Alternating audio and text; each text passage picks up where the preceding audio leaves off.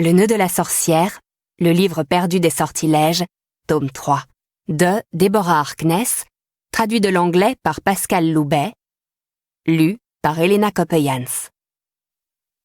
Les spectres n'avaient guère de substance. Ils n'étaient constitués que de souvenirs et d'émotions. Tout en haut de l'une des tours de cette tour, Émilie Matter posa une main diaphane au centre de sa poitrine, à cet endroit, en cet instant chargé d'angoisse.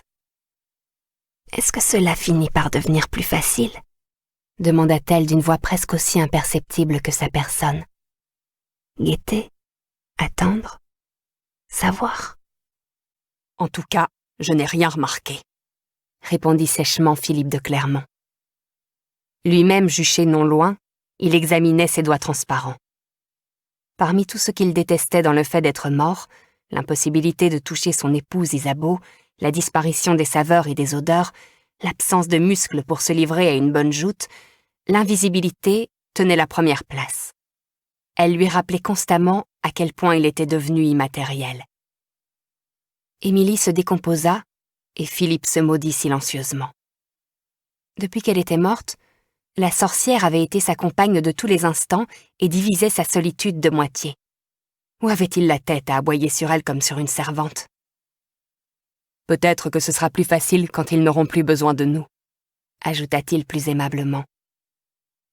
Il avait beau être le fantôme le plus expérimenté, c'était Émilie qui comprenait la métaphysique de leur situation. Et ce qu'elle lui avait dit allait à l'encontre de tout ce que Philippe pensait sur l'au-delà. Il croyait que les vivants voyaient les morts parce qu'ils avaient besoin d'eux pour quelque chose. Assistance, pardon, vengeance.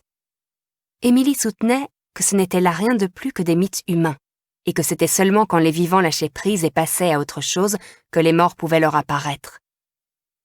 Une fois qu'il eut appris ça, il supporta tout juste un peu mieux qu'Isabeau ne remarque pas sa présence. « J'ai hâte de voir la réaction d'Em. Elle va être tellement surprise. » L'alto chaleureux de Diana flotta jusqu'au créneau. « Diana et Mathieu !» dirent Émilie et Philippe en chœur en scrutant la cour pavée qui entourait le château. « Là !» dit Philippe en désignant l'allée. Même mort, il avait encore l'œil aiguisé du vampire. Il était également plus bel homme qu'il n'était permis, avec ses larges épaules et son sourire diabolique. Émilie ne put s'empêcher de sourire à son tour. « Ils font un joli couple, vous ne trouvez pas ?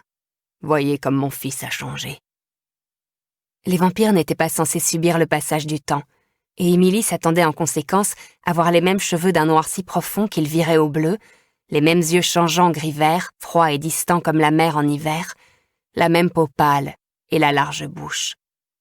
Mais il y avait quelques subtiles différences, comme l'avait déclaré Philippe. Les cheveux de Mathieu étaient plus courts, et il portait une barbe qui lui donnait un air encore plus redoutable, comme un pirate. Elle étouffa un cri. Mathieu aurait-il grossi ? En effet, je l'ai remplumé quand Diana et lui ont séjourné ici en 1590.